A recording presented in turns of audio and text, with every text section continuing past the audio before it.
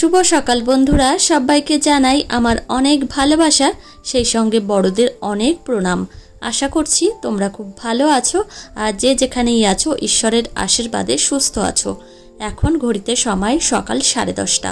তোমাদেরকে সঙ্গে নিয়ে আজকের ব্লগটি এই সকাল থেকেই শুরু করছি। তো চলো বন্ধুরা, আজকের ব্লগটি তোমরা প্রথম থেকে শেষ পর্যন্ত দেখতে থাকো।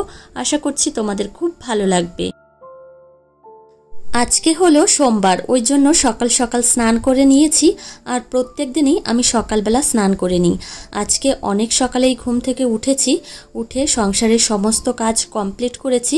তারপর কিন্তু স্নান করে এখন এই যে রেডি হয়ে নিচ্ছি। এখন কিন্তু ঠাকুর পুজো করব।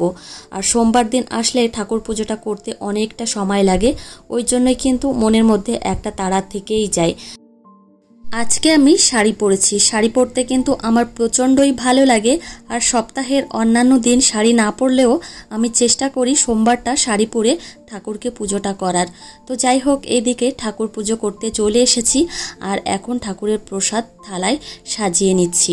তো এদিকে ঠাকুর আরতি করছি। আর জানো তো, সোমবার দিন আসলে আমার এত ভালো লাগে। তোমাদের তো আমি বারবারই কথা বলে থাকি, আমার প্রচণ্ড ভালো লাগে। আর এদিকে দেখো, এখন ঠাকুর পুজোটা কিন্তু হয়ে যাবে। ঠাকুর পুজোটা হয়ে গেছে। এদিকে আমি চলে এসেছি রান্নাঘরে। মিস্ত্রিদের জন্য চা বানাচ্ছি আর মামামকে লেবুর রস খাওয়াবো, তার জন্য কিন্তু লেবুও নিয়ে এসেছি। তো একটা কাজের মধ্যে দুটো কাজ করে নেব। তো আমি সকালে ভাবছি কি, এই যে মিস্ত্রিদের জন্য চা বানাচ্ছি, আমার জন্য 1 কাপ চা করে নেব।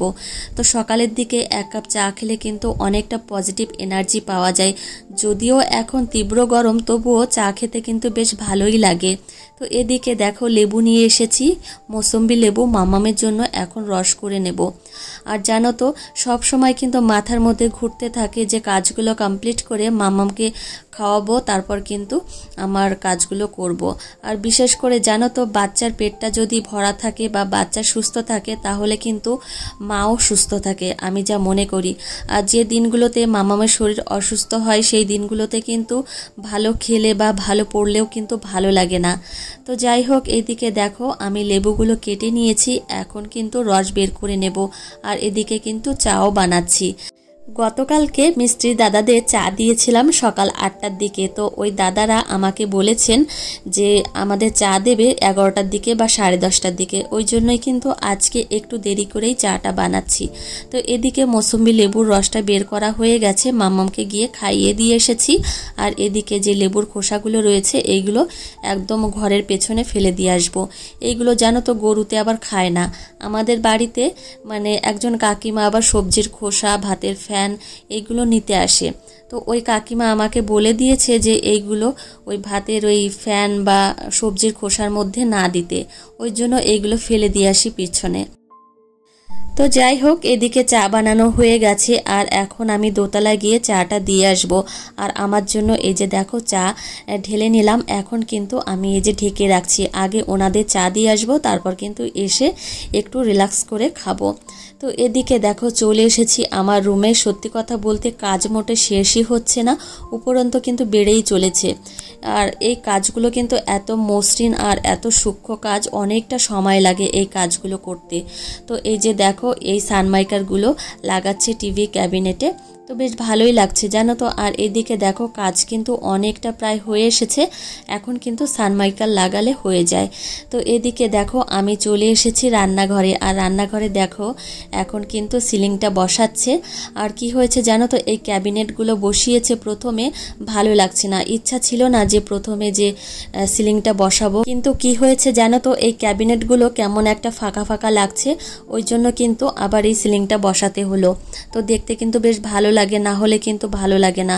আর ওপরের দিকে ক্যাবিনেট না বসালে একদমই কিন্তু খারাপ লাগছে। তো যাই হোক, এদিকে আমি কিন্তু নিচে চলে এসেছি, এখন চা বসে বসে খাচ্ছি। আর মাম্মাম দেখো দৌড়াদৌড়ি করছে। আর এই প্রচণ্ড গরমে সত্যি কথা বলতে মেয়েকে কিন্তু আমি খালি গায়ে করেই রাখি, কেননা জামা পরালে প্রচণ্ড পরিমাণে ঘেমে যাচ্ছে, জামা পুরো ভিজেই যাচ্ছে ঘামে।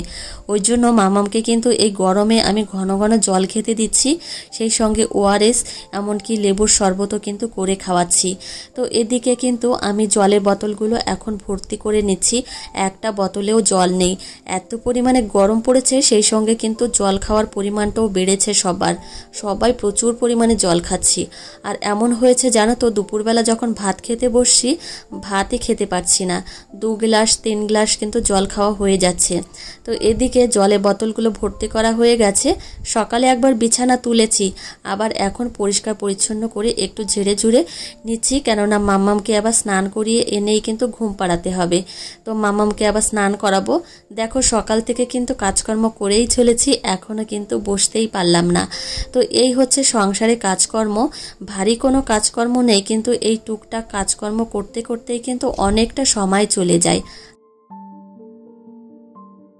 বিছানাটা গুছিয়ে তারপর কিন্তু মাম্মামের জামা কাপড়গুলো গুছিয়ে তারপর ওকে আবার স্নান করাতে যাব। এদিকে দেখো ঘেমে নিয়ে একদম অস্থির, এত পরিমাণে গরম, ফ্যানের নিচে রয়েছি তবুও কিন্তু একদম ঘেমে যাচ্ছি। আমাদের ঘরে কিন্তু এখনও এসি বসানো হয়নি, ইচ্ছা আছে দোতলায় গিয়ে যে রুমটা তোমাদের দেখালাম ওই রুমেই কিন্তু বসাবো, এই নিচের তলাতে আর বসালাম না। তো এদিকে আমি এখন খাটটা সুন্দরভাবে সাজিয়ে গুছিয়ে সেই সঙ্গে মাম্মামের জামা কাপড়গুলো, ওর বডি লোশন সব কিছু গুছিয়ে রেখে তারপর কিন্তু ওকে স্নান করাতে যাব। আর এই পুতুলটা যে কি ভালো লাগে, সত্যি কথা বলতে খুবই ভালো লাগে, আর মাম্মাম কিন্তু পছন্দ করেই এনেছে। চুলগুলো জানো তো কেটেছি অনেকটা পরিমাণে, তো এখন একটু সুবিধা হয়েছে, চুলগুলো কিন্তু অনেকটা বড় হয়ে গেছিল।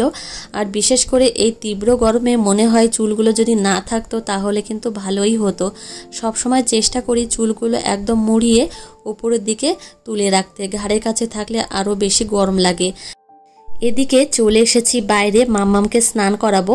তো মাম্মামের স্নানের জলটা কিন্তু আমি রোদে দিয়েই রাখি, কিন্তু প্রচণ্ড গরম হয়ে গেছে, ওই জন্য কিন্তু ঠান্ডা জল এই যে মিশিয়ে নিলাম।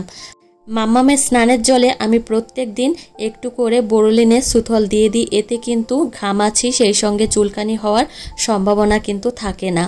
তো এদিকে এখন মাম্মামকে বডি ওয়াশ দিয়ে দিলাম, আর মাম্মামকে কিন্তু আমি হিমালয়ের বডি ওয়াশ লাগাই। তো যাই হোক, এদিকে মাম্মামকে এখন আমি স্নান করিয়ে দিচ্ছি। সত্যি কথা বলতে জল পেলে কিন্তু এত আনন্দ পায়, প্রচণ্ডই কিন্তু আনন্দ পায়, জল থেকে তোলাই যায় না, অনেক কষ্ট করে কিন্তু জল থেকে তুলে নিয়ে যাই। তো এদিকে মাম্মামকে স্নান করানো হয়ে গেছে, এখন ঘরে গিয়ে রেডি করাবো।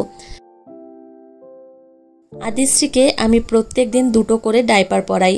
এই যে দেখো দুপুরে ঘুমের আগে এটা পরিয়ে দিলাম, আর ডাইপারটা পরালে ও কিন্তু অনেকক্ষণ ঘুমিয়ে থাকে, আর ডাইপার না পরালে ও কিন্তু টয়লেট করে যায় আর সঙ্গে সঙ্গে ঘুম থেকে উঠে পড়ে।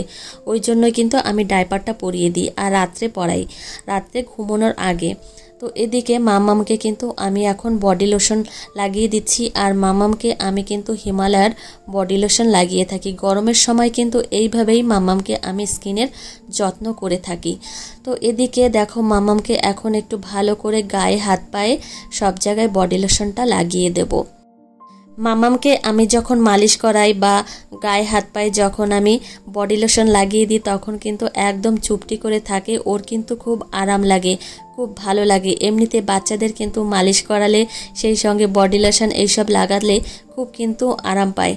তো এদিকে দেখো মাম্মামকে আমি পাউডার লাগিয়ে দিচ্ছি। সত্যি কথা বলতে গলা একদম মিশে থাকে, আর গরমের সময় মানে ঘেমে যায়, প্রচণ্ড পরিমাণে গলা ঘেমে যায়, ওই জন্য কিন্তু আমি পাউডার লাগিয়ে দিই।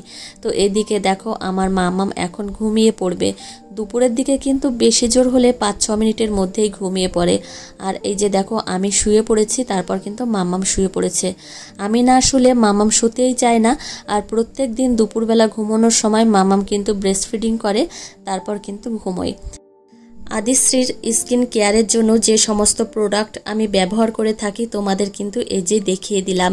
তো এদিকে হিমালয়ের বডি লোশন রয়েছে মুখে মাখার জন্য, জনসনের ক্রিম, সেই সঙ্গে কিন্তু বডি ওয়াশ রয়েছে হিমালয়ের, এদিকে রয়েছে তেল মানে বডি অয়েল যেটা, সেটা জনসনের রয়েছে, এদিকে বোরোলিনের সুথল যেটা জলে মিশিয়ে দিই, জনসনের রয়েছে শ্যাম্পু, সেই সঙ্গে রয়েছে পাউডার, আর এদিকে সর্ষের তেল কিন্তু ইউজ করে থাকি। তো যাই হোক তোমাদের কিন্তু দেখিয়ে দিলাম মাম্মামকে আমি কি সমস্ত প্রোডাক্ট ব্যবহার করাই। মেয়ে আমার ঘুমিয়ে গেছে, এইদিকে আমি চলে এসেছি রান্নাঘরে, কিছু বাসনকোসন রয়েছে সেগুলো এখন আমি ধুয়ে নেব। মেয়ে যখন ঘুমিয়ে থাকে তখন কিন্তু যে বাকি কাজগুলো থাকে আমি কিন্তু একে একে করে নিই। তো এই যে বাসনকোসনগুলো হয়েছিল, তারপর মিস্ত্রিদের চা বানিয়ে দিয়েছিলাম সেই বাসনকোসন, তারপর আমি কিন্তু চা খেয়েছিলাম, কড়া রয়েছে। তো এই সমস্ত ধুয়ে পরিষ্কার পরিচ্ছন্ন করে নেব আর বাসনকোসনগুলো জায়গা মতো জায়গায় রেখে দেব।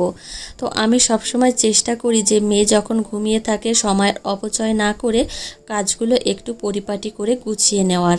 তো যাই হোক, এদিকে দেখো বাসনকোসনগুলো মাজা ঘষা হয়ে গেছে, এখন কিন্তু একে একে আমি ধুয়ে পরিষ্কার করে নেব। একটা জিনিস কি জানো তো, মেয়েদের মা হওয়ার আগের জীবনটা একরকম আর মা হওয়ার পরের জীবনটা আর এক রকম। দুটো জীবনের মধ্যে পার্থক্য রয়েছে, তবে আমার মনে হয় মা হওয়ার পরের জীবনটাই সব থেকে বেস্ট। তো এই যে দেখো সকালে ঘুম থেকে উঠি, তারপর কিন্তু কাজকর্ম করি, মানে সংসারে কাজকর্ম আছে, সেই সঙ্গে মেয়ের পিছনে ছুটতে ছুটতেই কিন্তু কখন যে দিনটা শেষ হয়ে যায়, সন্ধ্যা লেগে যায়, তারপর কিন্তু রান্না বান্না এই করতে করতে রাত হয়ে যায়। তো ভাবি সময়টা যদি একটু বেশি হতো তাহলে কিন্তু অনেকটা কাজকর্ম করতে পারতাম। তো যাই হোক বন্ধুরা, অনেক কথা বলে ফেলেছি। আর এইদিকে দেখো বাসনকোসনগুলো কিন্তু আমি একে একে এখন গুছিয়ে নিচ্ছি। মেয়ে তো আমার ঘুমিয়ে রয়েছে, ওই জন্য ঝটপট করে এই কাজগুলো আমি করে নেব। তো জানো তো এই কাজগুলোর পেছনেও কিন্তু অনেক কাজ আছে যেগুলো তোমাদের সঙ্গে শেয়ার করতে পারি না, তো সেগুলো কিন্তু একদম ঝটপট করে নিই। তো ক্যামেরার পেছনে কিন্তু অনেক কাজকর্ম থাকে, এইটুকু কাজ না, সংসারে কিন্তু অনেক কাজ থাকে। তো যাই হোক বন্ধুরা, এদিকে দেখো বাসনকোসনগুলো কিন্তু আমি সুন্দর করে পাট করে সাজিয়ে নিয়েছি। জানো তো বন্ধুরা, আমার একটা কাজ করতে খুব বেশি জোর হলে হয়তো 10 মিনিট সময় লাগে, কিন্তু ভিডিও শ্যুট করতে গেলে সেই কাজটি করতে লাগে 15 মিনিট। তো যাই হোক, ক্যামেরাটা কোথায় বসাবো, দেখতে খুব ভালো লাগবে, এই করতে করতে মানে ক্যামেরা সরাতেই কিন্তু সময়টা বেশি লেগে যায়। তো যাই হোক, এইদিকে মামামকে দুপুরে খাওয়াবো আজকে পাঁচমিশালি সবজি দিয়ে নিরামিষ। আজকে আমাদের বাড়িতে নিরামিষ রান্না হয়েছে, যেহেতু সোমবার, আমরা কিন্তু সোমবারে নিরামিষ খাই। তো এদিকে দেখো মামাকে এখন আমি দুপুরের খাবারটা খাওয়াচ্ছি, আর খালি গায়ে করেই রেখেছি। তোমাদের তো বলেছি প্রচণ্ড গরম, আর এই প্রচণ্ড গরমে মামাম যখন ঘরের মধ্যে থাকে আমি কিন্তু আলগা গায়ে করেই রাখি। তো যাই হোক আমার প্রিয় বন্ধুরা, আজকের ব্লগটি এখানেই শেষ করছি। তোমাদের কেমন লাগলো অবশ্যই জানিও, ভালো লাগলে কিন্তু একটা লাইক কমেন্ট করতে ভুলো না। আর তোমাদের সঙ্গে দেখা হবে কিন্তু পরের ব্লগে।